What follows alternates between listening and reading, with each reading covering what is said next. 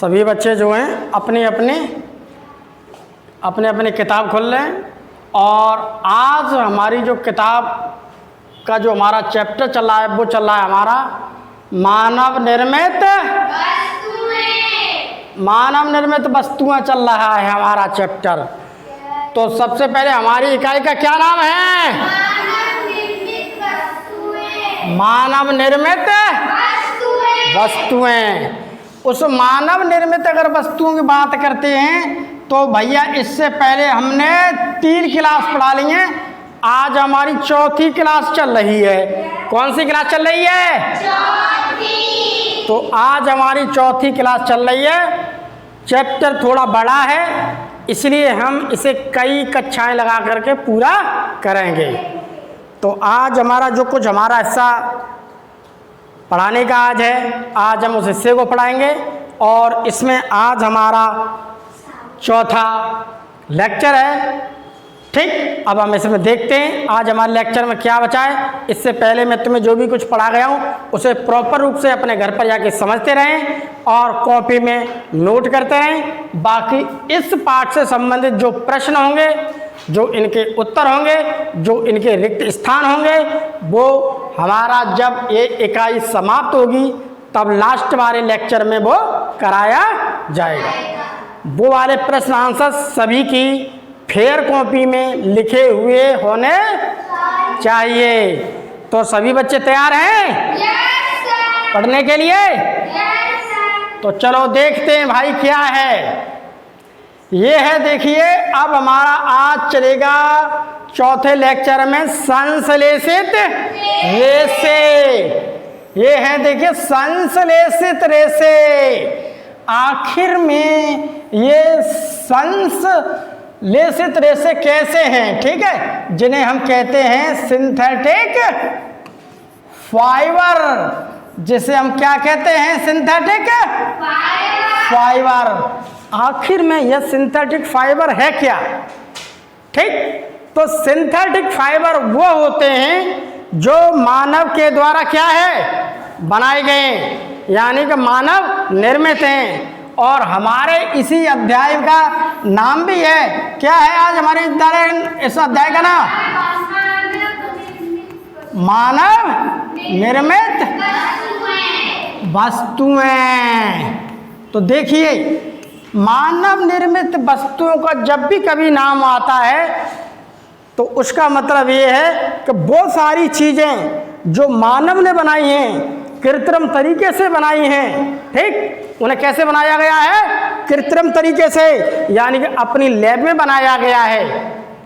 उसमें अपनी लैब में बनाया गया है, उसमें विभिन्न प्रकार के संसाधन का उपयोग किया गया है और जो बना करके आज मार्केट में आ गई है उसी को हम क्या कहते हैं? मानव निर्मित। जैसे खूब खिलौने हुए, जैसे कि साबुन हुआ, जैसे कि मोबाइल हुआ, जैसे कि डिजिटल बोर्ड हुआ, जैसे कि हमारी घड़ी है। ठीक, उसी प्रकार से कपड़े भी ऐसे होते हैं जो मानव के द्वारा बनाए गए हैं।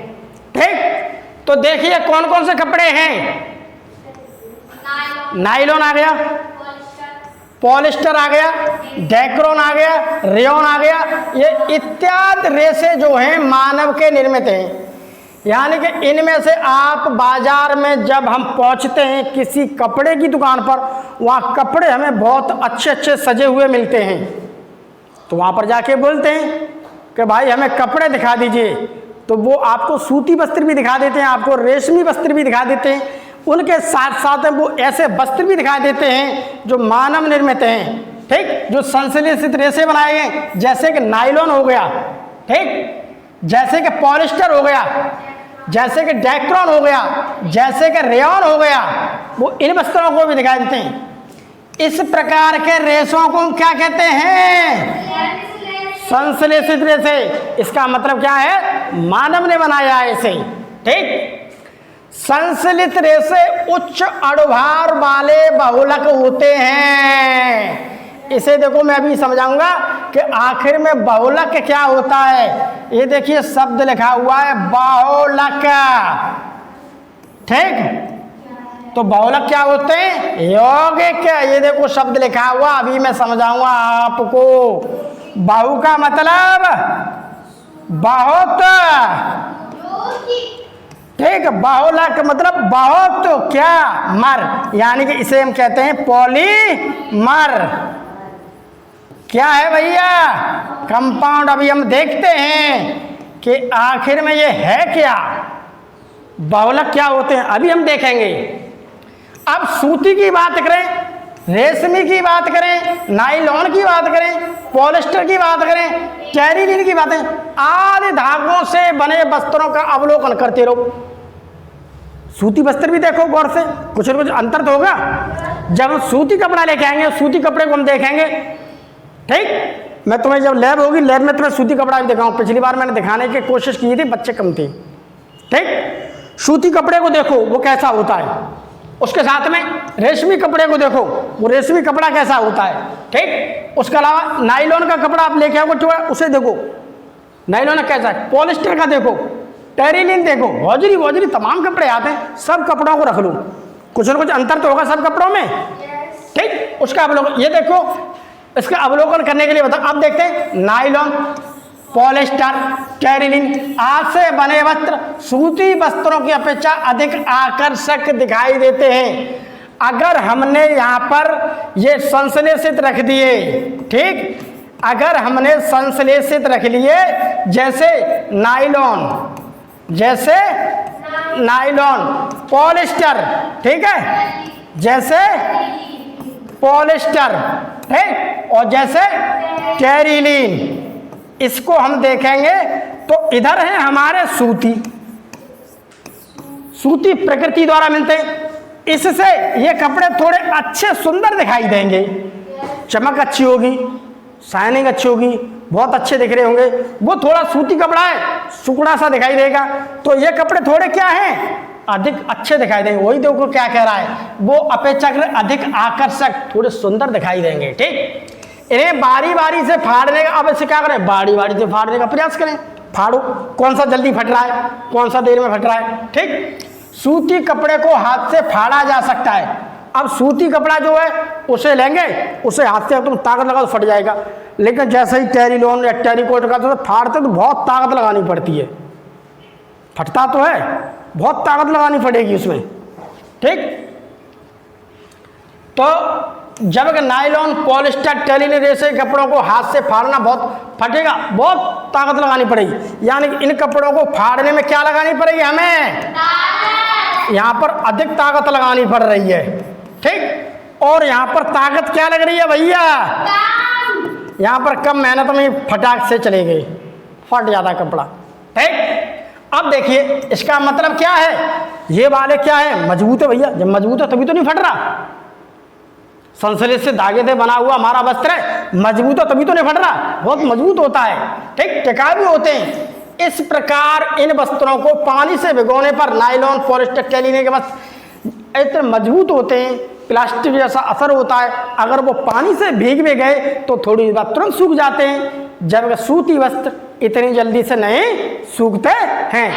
अब हम थोड़ा देखते हैं, अभी इतना चीज़ जो बताई है मैंने तुम्हें थोड़ी समझा दी। अब थोड़ा आगे बढ़ते हैं। जैसे ही हम आगे बढ़ते हैं तो देखिए हमारे लिए नया शब्द आया था, पॉलीमर। अभी देखो पॉलीमर को मैं थोड़ा समझा दूंगा इसमें। आखिर में बहुलक क्या है, पॉलीमर आया था शब्द उसमें लिखा हुआ बहुलक यौगिक, आखिर में बहुलक होता क्या है। देखिए बहुलक का मतलब होता है मोनोमर, यानी कोई एक मोनोमर है वो अधिक संख्या में जुड़ता जाएगा तो क्या पॉलीमर बन जाएगा। जैसे मान लीजिए ये एक है, इसे हम क्या कहेंगे, मोनोमर। एक है, एक को कहते हैं मोनो, ठीक। अब एक से अधिक हैं, एक से अधिक हैं, जैसे अणु और परमाणु में था, एक से अधिक है तो इसे कहेंगे पॉली। इसे हम, पॉली का मतलब होता है बहुत, मोनो का मतलब होता है एक। जब वो किसी संरचना में जुड़ जाएंगे तब वो क्या, एक बीजक श्रृंखला बना लेते हैं। अब इन्हें जुड़कर क्या, अणुओं की एक लंबी श्रृंखला बनाते हैं, जिसे हम कहते हैं पॉलीमर। अब ये पॉली हो गए। अब इन्हें देखिए ऐसे कर जोड़ दूं, ये हमारे पास एक धागा है, अभी तो मैं दिखाऊंगा, इधर देखो, एक देखिए हमने यह जोड़ दिया, एक हमने यहाँ जोड़ दिया, एक हमने यहाँ जोड़ दिया, एक हमने यहाँ जोड़ दिया, एक हमने यहाँ जोड़ दिया, ये हमने, तो ये एक चैन में लग गई। आपको चैन दिख रही है? ये देखिए चैन से बन गई, तो इसी कहते हैं श्रृंखला, पॉलीमर चैन। इसे हम क्या कहेंगे? पॉलीमर चैन। अभी देखो समझाऊंगा मैं अभी। तो यहाँ पर देखिए एक शब्द आ गया है, बहुलक क्या है?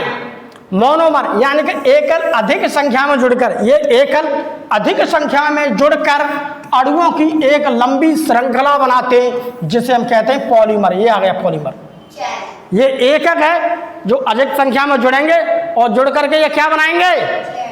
एक चैन बनाएंगे, पॉलीमर कहते हैं। ठीक, लंबी श्रृंखला बनाते हैं। आखिर में ये मोनोमर क्या है?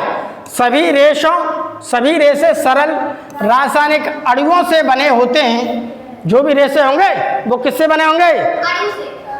सरल। ये लड़की, अब हम आगे थोड़ा बढ़ते हैं। वो मैंने समझाया था कंसेप्ट, उस कंसेप्ट को यहाँ समझे, पॉलीमर को। इस पॉलीमर की बात करोगे, आसपास के स्कूल वाले बच्चे हैं, इंटर कॉलेज, वो बच्चा भी नहीं बता पाएगा। यहाँ पर मैं तुम्हारे लिए पीपीटी में स्पेशल बना करके लाता हूँ। बहुलक शब्द लिखा हो, ये क्या हमारे पास क्या है? एक है मोती, इसलिए एक को हम क्या कहते हैं? मोनो। जब हम केमिस्ट्री विज्ञान पढ़ते जाएंगे तो जैसे हमें केमिस्ट्री मिलती जाएगी, वहाँ पर एक को कहते हैं मोनो, दो को कहते हैं डाई, तीन को कहते हैं ट्राई, चार को कहते हैं टेट्रा, पाँच को कहते हैं पेंटा, छः को कहते हैं हेक्सा, सात को कहते हैं हेप्टा, आठ को कहते हैं ऑक्टा, और 9 को कहते हैं नोना, और 10 को कहते हैं डेका। ये विज्ञान की भाषा है। उस दिन मैंने तुम्हें पढ़ाई थी विज्ञान की भाषा। विज्ञान की भाषा में यही मिलता है। मोनो का मतलब होता क्या? एक। मोनो का क्या मतलब है? एक। तो ये हमारे पास एक मोती है, एक, यानी कि एक है इसीलिए कहेंगे मोनो। एक है इसीलिए हम इसे क्या कहेंगे? मोनोमर। मोनो मतलब एक है। अगर ये किसी से जुड़ता जाएगा तो एक को, अब यहाँ पर इसे हम बोलेंगे मोनोमर। ये जुड़े हुए हैं ना, यहाँ पर इस सिंगल को बोलेंगे मोनोमर और सबको बोलेंगे पॉलीमर। मर का मतलब होता है किसी के साथ जुड़ा हुआ। किसी एक वस्तु को मोनो कहा जाता है। ये देखो मैंने लिख दिया यहाँ पर, ये तुम्हारी किताब में नहीं लिखा है, ये मैंने पीपीटी में तुम्हें समझाने के लिए ऐड किया है। क्यों? दिन रात टाइप करता हूँ तो विज्ञान को जितना सरल उतना सरल बनाने की कोशिश करता हूँ मैं। ठीक, मोनो का मतलब इतना समझ में आ गया क्या है?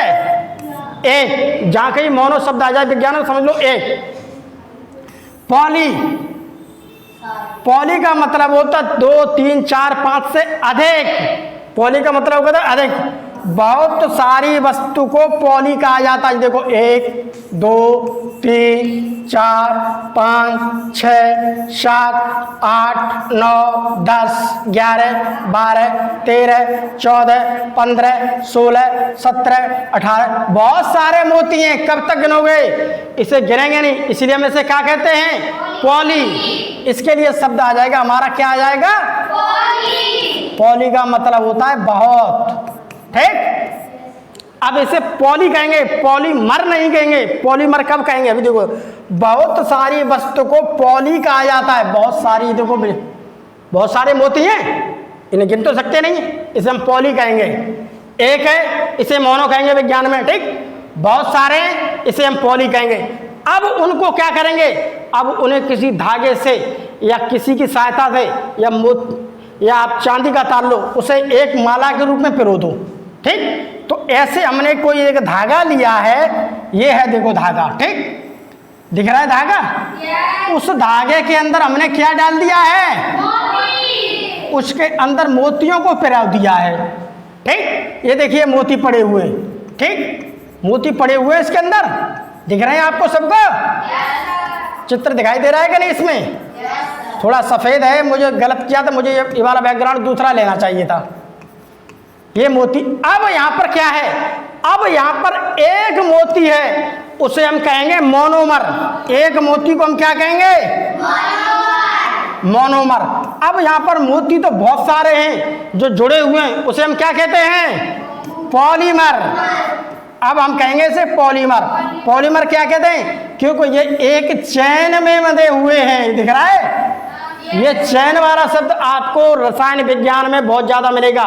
आप 8 से निकल के जैसे 9th में पहुंचोगे बहुत ज़्यादा मिलेगा, 10th में बहुत ज़्यादा मिलेगा, 11th 12th में बहुत ज़्यादा मिलेगा, BSc लेवल तो मिलता जाएगा। ये सब केमिस्ट्री के शब्द हैं, ठीक। ये देखिए, ये देखिए, ये देखिए, ये देखिए, तो बहुत सारी वस्तु एक साथ जुड़ी होती हैं। जब बहुत सारी वस्तु जब एक साथ जुड़ी होती हैं तो उन्हें हम पॉलीमर श्रृंखला कहते हैं। अब यहाँ पर बहुत सारी चीजें जो एक साथ जुड़ी हुई हैं, इसे हम क्या कहेंगे? उसे हम कह देंगे पॉलीमर श्रृंखला या चेन। पॉलीमर चेन, श्रृंखला का मतलब क्या है? चेन।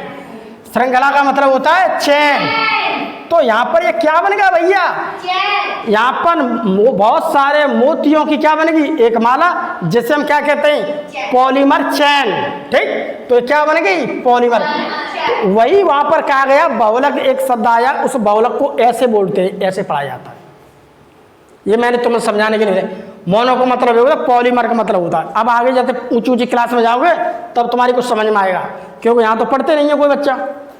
अगर अच्छे स्कूल के बच्चे को देखा जाएगा CBSE के, वो कई बार ट्यूशन पढ़ता है, बहुत ज़्यादा दिमाग लगा, तब वो बच्चे इंजीनियर बनते जा करके, वो बच्चे डॉक्टर बनते हैं। और सरकारी स्कूल में तो पढ़ने के लिए आए का, ये तो ऊधम करने के लिए खाना खाया और भाग गए। अब देखिए, अब हमें देखना रेशा क्या है। यहाँ पर रेशे की बात चल रही थी ना, इसे देखिए रेशा क्या है। रेशा क्या है? रेशा कहते हैं हम किसी पतले धागे को, किसी पतले तंतु को जो बहुत पतला होता है, सिंगल होगा, उसे हम रेशा कहेंगे, ठीक। किसी प्राकृतिक या कृत्रिम पदार्थ के पतले तंतु को रेशा कहते हैं। जैसे मैंने तुम्हें पदार्थ वाले चैप्टर में पढ़ाया था, तो पदार्थ क्या होता है? बहुत छोटे छोटे छोटे छोटे कणों से मिलकर होता है। वो बहुत छोटे कण हैं जो हमें दिखाई नहीं देते, बहुत कम। ठीक इसी प्रकार से रेशा क्या होता है? जब वे बहुत सारे रेशे मिल जाएंगे तो उनसे क्या बनता है? एक धागा बनता है। जैसे मान लीजिए ये है आपके पास एक रस्सी, ठीक, धागा है। इसको आप जितना छोटा हो उतना छोटा करते करते करते गए, तुम्हें एक सिंगल रेशा निकालोगे तो आपको ऐसा निकल आएगा, बहुत पतला, जिसे सूक्ष्म दृष्टि से देखोगे तब दिखाई देगा। उसी पतले को हम क्या कहते हैं? रेशा। एक पतले तंतु को हम क्या कहते हैं? रेशा। मैंने तुम्हें इसीलिए बताया था, पदार्थ के कॉन्सेप्ट को अच्छी तरह समझ लो। उसे समझ लोगे तो तुम्हें अभी सेल वाला चैप्टर आएगा, कोशिका वाला चैप्टर, वो आसानी से तुम्हारी समझ में आ जाएगा, वैसे नहीं समझ में आएगा। इसलिए बताता हूं, विज्ञान मर्जी। रेशा धागे जैसी संरचना है। रेशा क्या कहते हैं? धागे जैसी संरचना है। जैसे हमारे बाल हैं, बहुत सारे बाल हैं, इसमें से अगर एक बाल को निकालोगे तो वही रेशा कहलाता है, वही पतला है, ठीक। जो इतने मजबूत व लचीले होते हैं जिनसे रस्सी, जाल तथा वस्त्र आसानी से बनाए जाते हैं। अगर हम कपड़े को लेंगे, उस कपड़े को फाड़ेंगे तो कपड़े में तो पतले पतले धागे निकलते हैं, निकलते नहीं धागे, तो उन्हीं धागों को हम क्या कहते हैं? रेशा कहते हैं। उसी धागे को हम क्या कहते हैं? रेशा। तो यहाँ पर रेशा क्या है? रेशा किसी प्राकृतिक या कृत्रिम पदार्थ, या तो आप प्राकृतिक कपड़ा ले लो, सूती वस्त्र ले लो, रेशम का ले लो, उसे भी निकालोगे उसमें भी धागा निकलेगा। टेरिकोट का लोगे उसमें भी धागा निकलेगा। तो रेशा वही धागे को कहते हैं। हम किसको कहते हैं? एक धागा होता है उसी को कहते हैं रेशा, ठीक भैया। रेशा दो प्रकार के होते हैं। एक तो रेशे वे होते हैं जिन्हें हम प्राकृतिक कहते हैं, एक तो रेशे वो हैं जिसे हम क्या कहते हैं? प्राकृतिक, ठीक। बोला काटा पीटी मैंने हटा दी वहां से ऊपर वाले से, अब नीचे वाले को समझो। रेशे दो प्रकार के होते हैं, ठीक। एक तो हुआ प्राकृतिक, ठीक, नेचुरल। हिंदी के साथ साथ में इंग्लिश वाले शब्दों को जितना पढ़ोगे विज्ञान उतनी सरल होता है। हिंदी में विज्ञान जैसी पढ़ते जाओगे वो तुम्हें टफ होती जाएगी, उससे इंग्लिश में जितना पढ़ोगे वो उतनी ही सिंपल होती जाएगी। ये बात विज्ञान की खास बात होती है। कृत्रिम, कृत्रिम वे होते हैं जो मानव तो बनाए हैं, उन्हें संश्लेषित कहते हैं या आर्टिफिशियल कहते हैं, ठीक। संश्लेषित रेशा। अब प्राकृतिक रेशे भी कितने प्रकार के होते हैं? दो प्रकार के। एक तो बेरे से होते हैं जो हमारे जंतुओं से प्राप्त होते हैं, एक बेरे से होते हैं जो हमारे पौधों से मिलते हैं, ठीक। जो रेशा प्राकृतिक स्रोतों से प्राप्त होते हैं उन्हें हम प्राकृतिक रेशा कहते हैं, और ये दो प्रकार के होते हैं, ठीक। वो कुछ जो जंतुओं से मिलते हैं जैसे ऊन, रेशम, और जो पौधों से मिलते हैं जैसे कपास, सनई, पटसन वाला। अब संश्लेषित रेशे गए जो रेशे कृत्रिम तरीके से प्रयोगशाला में, मैंने तुम्हें बताया था, जो प्रयोगशाला में मानव के द्वारा बनाए गए कृत्रिम, ठीक बनाए जाते हैं, उन्हें कृत्रिम रेशा या संश्लेषित रेशे कहते हैं। तो संश्लेषित रेशे की जब भी कभी कोई बात आ जाती है तो यही बात होती है सबसे पहले कि वो मानव के द्वारा बनाया गया है। तो इसका मतलब मानव निर्मित कौन सा हुआ इसमें? संश्लेषित रेशा। मानव निर्मित कौन सा हुआ? और प्राकृतिक कौन सा हुआ? हम बात संश्लेषित रेशे की यहाँ पढ़ाई जा रही है। ठीक, अब देखिए जैसे जैसे जनसंख्या बढ़ती गई उसी प्रकार से वस्त्र संसाधन की भी जरूरत बढ़ती गई, जिसके कारण वैज्ञानिकों ने कृत्रिम रेशों का विकास किया। इस बात को देखो मैंने लिखा है, थोड़ा इसे अब मेरी भाषा में और समझ लूं। आखिर में हम यहाँ पर प्रश्न यह उठ रहा है कि संश्लेषित रेशे की जरूरत पड़ी क्यों? भाई क्यों जरूरत पड़ी हमें, जो हमें ये बनाना पड़ा? उसकी क्या वजह है? उसकी वजह एक है जनसंख्या बढ़ना। उसकी वजह क्या है? जनसंख्या बढ़ना। ये देखो जब जनसंख्या बढ़ गई तो हमें जरूरत बढ़ गई। जब जनसंख्या ज़्यादा है तो कपड़े भी ज़्यादा चाहिए। ठीक, तो यहाँ पर क्या हुआ? हमारी ज़रूरत बढ़ गई। तो ज़रूरत क्या हुई? बहुत अधिक हो गई भैया, ज़्यादा जनसंख्या, कपड़ा ज़्यादा चाहिए। जब ज़रूरत ज़्यादा हुई तो क्या हुआ? लोगों ने कहा कि भाई प्राकृतिक जो है उनसे तो काम चल नहीं रहा, कृत्रिम बना दो। कृत्रिम बनाकर क्या हुआ? हमने कंपनी स्थापित कर ली और फैक्ट्री उद्योग धंधों से क्या होने लगा? उत्पादन अधिक हो गया। तो इसका मतलब क्या है? उत्पादन हमने बहुत बढ़ा दिया। तो जैसे जनसंख्या बढ़ती है उसकी जरूरत बढ़ती जाती है। जब जनसंख्या की जरूरत बढ़ रही है तो उसका उत्पादन भी क्या होगा? अधिक होगा। अगर यहाँ पर जनसंख्या ही बिल्कुल कम रहेगी तो उत्पादन भी कम हो जाएगा। तो इसका मतलब क्या है? यहाँ पर तीनों चीज के लिए हमारा ये आंकड़ा चल रहा है। ठीक, जनसंख्या है, जरूरत है, उत्पादन है, तीनों चीज बढ़ेगी तभी हमारी पार पड़ेगी, वैसे नहीं पड़ेगी पार। इसलिए वैज्ञानिकों को जरूरत पड़ी, उन्होंने कृत्रिम रेशों को प्रयोगशाला में बनाना स्टार्ट कर दिया और धागे बनने लगे और कपड़ा बनने लगा। और कपड़ा क्या हुआ भैया? बाजार में दुकान पर आ गया, खरीदने लगे, पहनने लगे। तो इस प्रकार से हमें जरूरत क्यों पड़ रही है? केवल पॉपुलेशन की वजह से, जनसंख्या बढ़ रही है इस वजह से। अब देख लीजिए कुछ धागे, नायलॉन देख रखा है, रेयॉन है और टेरिलीन है, पॉलिस्टर है। ठीक, ये देखो कुछ देखिए कपड़े दिख रहे हैं आपको? तो ये देखिए, ये है देखिए कपड़े, ये सब ये कृत्रिम धागे हैं। नायलॉन का कपड़ा नाम से मांगोगे तो जैसे हमने प्रयोगशाला में बना हुआ है।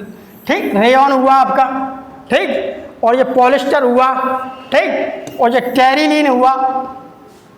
कृत्रिम धागे का मानव की जरूरत के अनुसार उत्पादन होता गया। मैंने अभी बताई तुम्हें, जैसे जैसे भैया जनसंख्या बढ़ती गई, ठीक, तो उनकी जरूरत बढ़ती गई।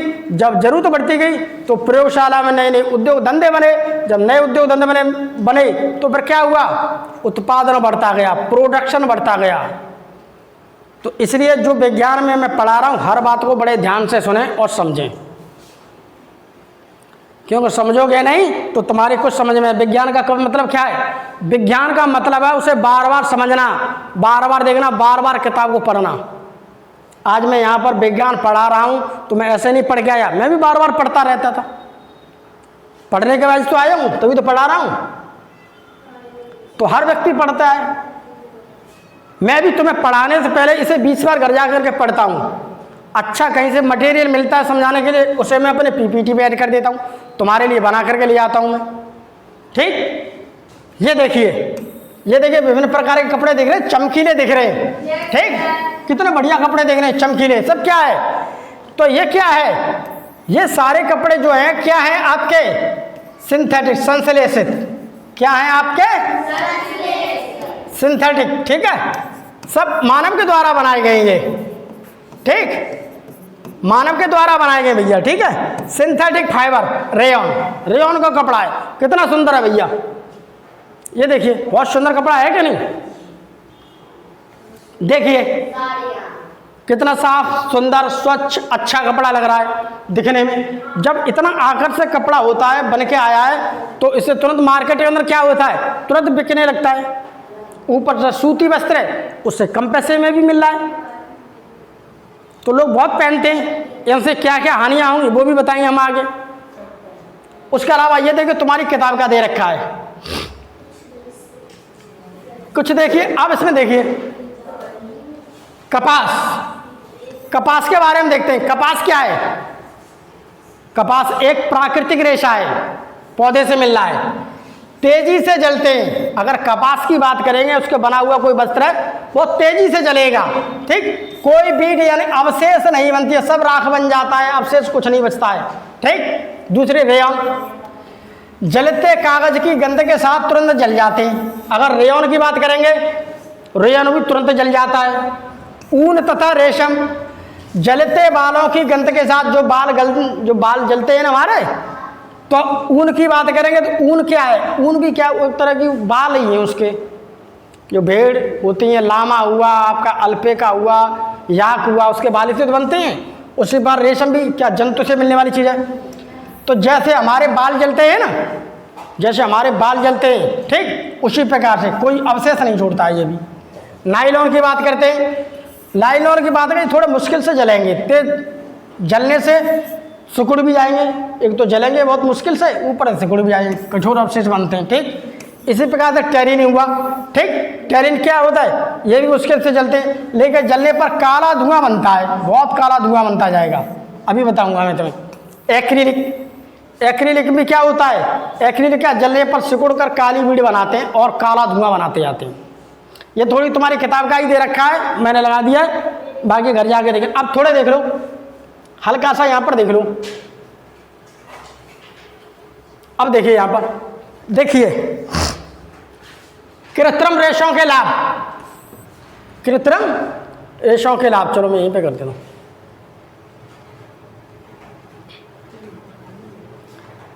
कृत्रिम रेशों के लाभ। अब जो कृत्रिम रेशे जो उन्होंने साइंटिस्ट ने बनाए हैं, उनके देखते हैं कोई फायदा है क्या नहीं। फायदा है तो क्या फायदा है भैया, ठीक है। तो हम उनके कुछ फायदे देख रहे हैं, कृत्रिम रेशों के फायदे देखते हैं। इनमें अत्यधिक चमक होती है तथा ये धुलने में आसान रहते हैं। तो यहाँ पर आपको भैया क्या मिल रही है? भैया यहाँ पर शाइनिंग मिल रही है हमें। इस शाइनिंग को देखते लोग खरीद रहे हैं। धुलने के लिए जाएंगे तो जरा सा भी साबुन लगा दो तुरंत साफ हो गया, ठीक। धुलने में आसान है। इन रेशों की कम देखभाल की आवश्यकता होती है तथा इन पर इस्त्री करने की भी आवश्यकता नहीं पड़ती है। एक तो कम देखो, दूसरी बात धुल गए तो उसमें प्रेस मत करो, बिना प्रेस के पहले वो तो चमकता रहेगा, ठीक है, अच्छा लगता है। लेकिन सूती में क्या है, वो तो सिकुड़ जाता है धुलने के बाद, उसे प्रेस करोगे तभी पहनेगा। तो यहाँ पर क्या है भैया, नो प्रेस, नो प्रेस, बिना प्रेस के आप पहन के निकल जाओ, उसको चले जाओ। समझ में आएगा नहीं? क्योंकि इन पर सलवटें नहीं पड़ती हैं। इसके पास क्या है, इन पर कोई सलवट में कोई स्क्रैच किसी प्रकार का कुछ नहीं आएगा, कोई सलवटें नहीं पड़ती हैं, ठीक है। कृत्रिम रेशे अन्य रेशों की अपेक्षा, दूसरी बात मैंने क्या बताया तुम्हें, सस्ते होते हैं, ठीक। तो ये क्या होंगे, सस्ते, यानी लोएस्ट प्राइस में मिलते जाएंगे आपको, बहुत लोअर प्राइस में मिलेंगे, ठीक। इनका उत्पादन बड़े पैमाने पर किया जाता है। भैया जनसंख्या बहुत बढ़ रही है तो कंपनियां क्या कर रही हैं, कपड़ा बना रही हैं खूब। कंपनियां क्या कर रही हैं, कंपनियां कपड़े बना रही हैं। तो इसका मतलब क्या है, यहाँ पर उत्पादन क्या हो रहा है, उत्पादन क्या हो रहा है यहाँ पर, खूब उत्पादन हो रहा है। जनसंख्या ज्यादा है, खूब उत्पादन हो रहा है, ले जाओ यहाँ से, ठीक। यह रेशे मजबूत होते हैं, टिकाऊ होते हैं, सुंदर होते हैं और जल्दी सूख जाते हैं। एक तो भैया कई फायदा, कम पैसा मिल रहा है। दूसरा फायदा बहुत मजबूत भी है। तीसरा फायदा खूब टिकाऊ है, खूब चल रहा है और सुंदर लग रहा है, ठीक। ऊपर से भैया थोड़ा भीग गए या हमने कपड़े धुल दिए और बाजार में जाना 1 घंटे के बाद, तो धूप में डाल दो, वो 1 घंटे की बात करेंगे आप, वो तो आधे घंटे में सूख जाएगा। तो ये क्या होता है भैया, बहुत जल्दी क्या हो जाता है। ये इसके फायदे हैं, ये इसके क्या हैं, ये फायदे शायद मुझे लगता है शायद तुम्हारी किताब में न लिखा हो, या लिखा हो मुझे देख लेना, पर नहीं लिखा है। इसे को मैंने फायदे को शायद हो सकता है मैं अलग से मैंने किसी और बुक से निकाला है तुम्हें समझाने के लिए, क्योंकि हमारी SCERT की बुक्स में थोड़ा कम दे रखा था। कोई एक आध दो चीज़ ऐसी होती है जो तुम्हारे अच्छे काम किए, उसे मैं अलग से ऐड कर देता हूँ। ठीक। तो ये हमारा जो है 1-2 लाइन हो सकता है, मैंने इसे बोल दिया है, तो ये 1-2 लाइन क्या है, आउट ऑफ SCERT, लेकिन तुम्हारे काम की है, इस किताब से थोड़ी बाहर है लेकिन तुम्हारे काम से रिलेटेड है। पूछने लगता है कोई, टीम आई तो अब बता देना, ठीक। अब इससे हानियों के बारे में साथ किताब में दे रखा है कि नहीं? नहीं, तो मैंने देखो हानियां लाभ दोनों लिख दिए किसी और बुक से, हो सकता है NCERT की बुक से लिखा हो मैंने ये। अब देखिए भैया, फायदा तो हमने तुम्हें बता दिए, वो बेनिफिट था। अब इसके घाटे देखते हैं, हानियां देखते हैं, नुकसान देखते हैं। हमारे को नुकसान क्या है इससे? रात के समय कृत्रिम रेशों से बने कंबलों, ठीक, से चिंगारी निकलते हुए देखी जा सकती है। अगर हम कृत्रिम रेशों से बने हुए जो कंबल होते हैं, उसे अगर हम रात में ऐसे ऐसे कभी घुसेंगे, कभी कभी उसमें चिंगारी से निकल आती हैं, तो इसका मतलब क्या है, वो कृत्रिम बना हुआ है, ठीक। यह चिंगारी विद्युत आवेश से कुछ लोगों को तो चाहे की परेशानी हो जाती है। तो जो चिंगारी निकल रही है वहां पर क्या हो जाएगा भैया, वहां से क्या हो जाएगा भैया, एलर्जी भी हो जाती है, एलर्जी हो जाती है बहुत से लोगों को। चिंगारी निकलती है, कृत्रिम आवेश है, तो कभी कभी कंबल को अंधेरे में देखा होगा तुमने, तो विद्युत आवेश मतलब क्या है, उसमें पॉजिटिव और नेगेटिव विद्युत पैदा हो जाती है। जैसे एवोलाइट की छड़ को बालों में घिसते हैं तो वो आगे आगे कंसेप्ट, पहले इतना समझ लीजिए, एलर्जी हो जाती है, इतना समझ लिया, ठीक है। ये आग के संपर्क में आने पर तुरंत आग पकड़ लेते हैं, अतः रसोई घर में इन्हें पहनने से हमेशा खतरा बना रहता है। अगर आग के संपर्क में लाएंगे, ठीक, आग के संपर्क में हम जैसे ही लाएंगे तुरंत क्या होगा, आग पकड़ लेंगे। तो भैया रसोई में हम खाना बना रहे हैं, रसोई में हम क्या बना रहे हैं, अगर हम रसोई में खाना बना रहे हैं तो भैया पहनो मत, तुरंत आग पकड़ लेंगे। कहीं पर भी थोड़ी बहुत आग जल रही है, उसके संपर्क में अगर आप खड़े हो तो तुरंत आग पकड़ लेंगे, ये नुकसान है, तुरंत जल जाएंगे हम। कृत्रिम वस्त्र गर्मियों तथा वर्षा ऋतु में आरामदायक नहीं होते। अगर हम इसे गर्मियों में पहनेंगे, ठीक, अगर हम इसे गर्मियों में पहनेंगे तो भैया क्या होगा मालूम है, अगर हम इसे गर्मियों में पहनेंगे, अगर हमने इसे गर्मियों में पहना तो भैया क्या होगा मालूम है, हमें अधिक गर्मी लगेगी, क्योंकि हवा पास नहीं होती है, तो हमें क्या लगेगी भैया, अधिक गर्मी लगेगी। क्यों, हवा पास नहीं होती है, अधिक गर्मी लगेगी। वर्षा ऋतु में आरामदायक नहीं, गर्मी वर्षा ऋतु में बिल्कुल भी आरामदायक नहीं होती, ठीक, हमारे लिए बहुत सारी हानियां भी कर देते हैं। अब देखिए, अब आज के चैप्टर में हमारे लिए केवल इतना ही था, इससे ज़्यादा नहीं था। अब हम ये करते हैं, हमारी स्लाइड खत्म हो गई है, हमारी स्लाइड कैसी हो गई है, अब हमारी स्लाइड खत्म हो गई है, बाकी हम सारा चीज़ को फिर देखेंगे, ठीक। तब तक के लिए बाय बाय सभी बच्चे, बोलिए वंदे मातरम।